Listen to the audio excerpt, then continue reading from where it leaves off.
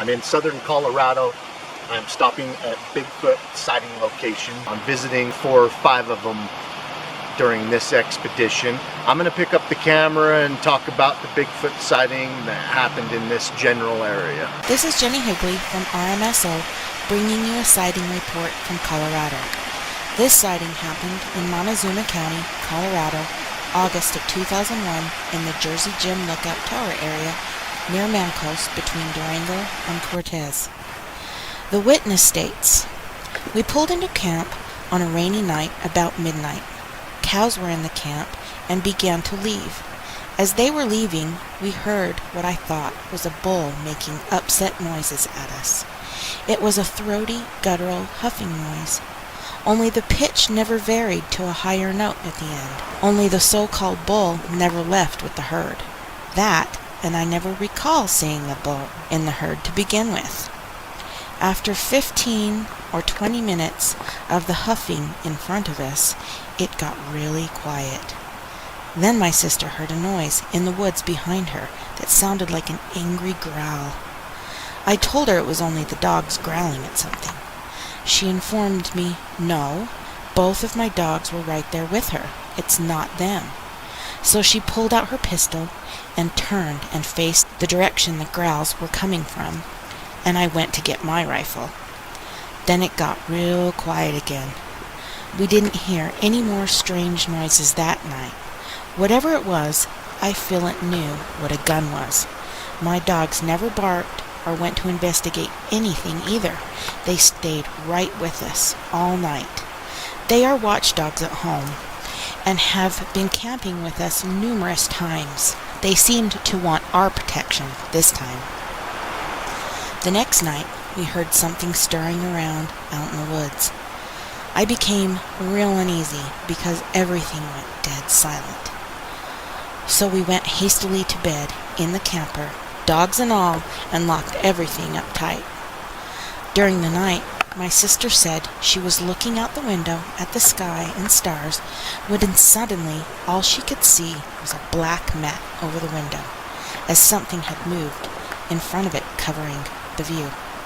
She and her boys heard the dogs growling, low warning sounds in their throats, and the boys saw something big and black.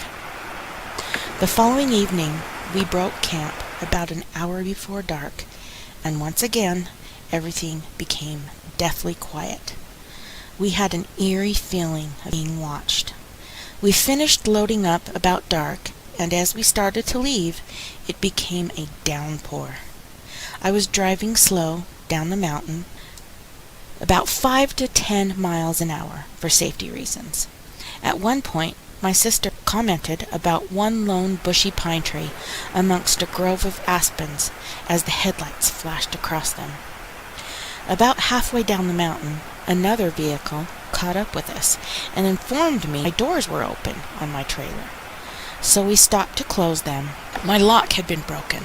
When we got to town, we stopped at a gas station, and there I noticed handprints and muddy smears on the camper.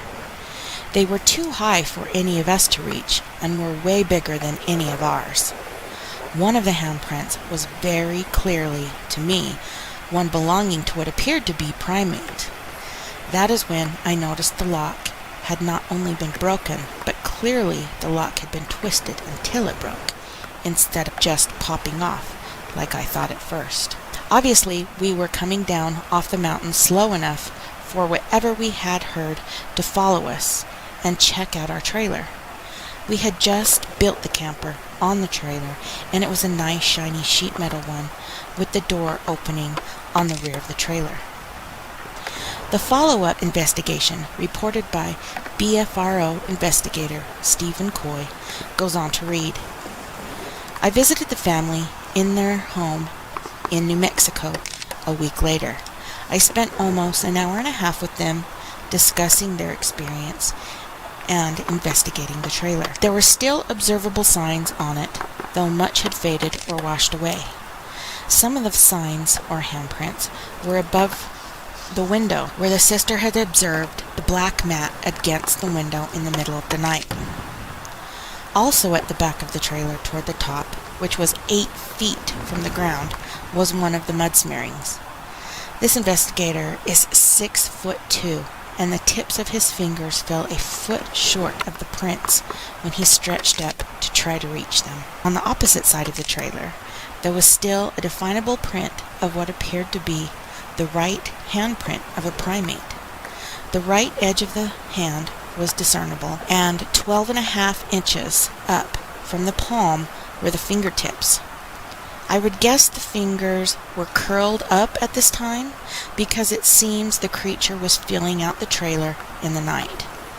The occupants heard what sounded like fingernails being scraped over sheet metal.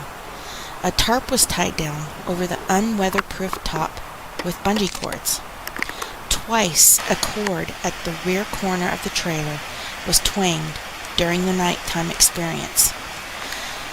The witness is very intrigued by the Bigfoot mystery and was anxious to return to the site.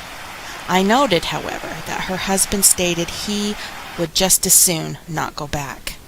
In summary, it is a very intriguing experience reported by the witnesses. I am convinced they were visited by what appears to be a Bigfoot-like creature. No photos were taken of the prints, as the investigator believes any effort attempted would have brought about very poor results. The evidence could only be seen at certain angles of the light. Thank you for listening. Keep on watching, because we're going to keep on squatching.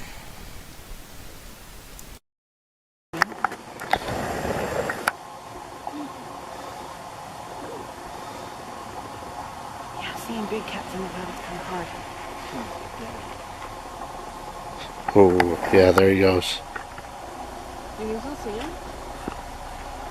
Oh, yeah.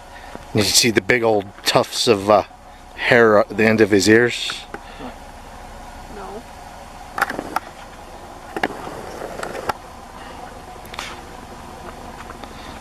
I don't see him now. That was cool.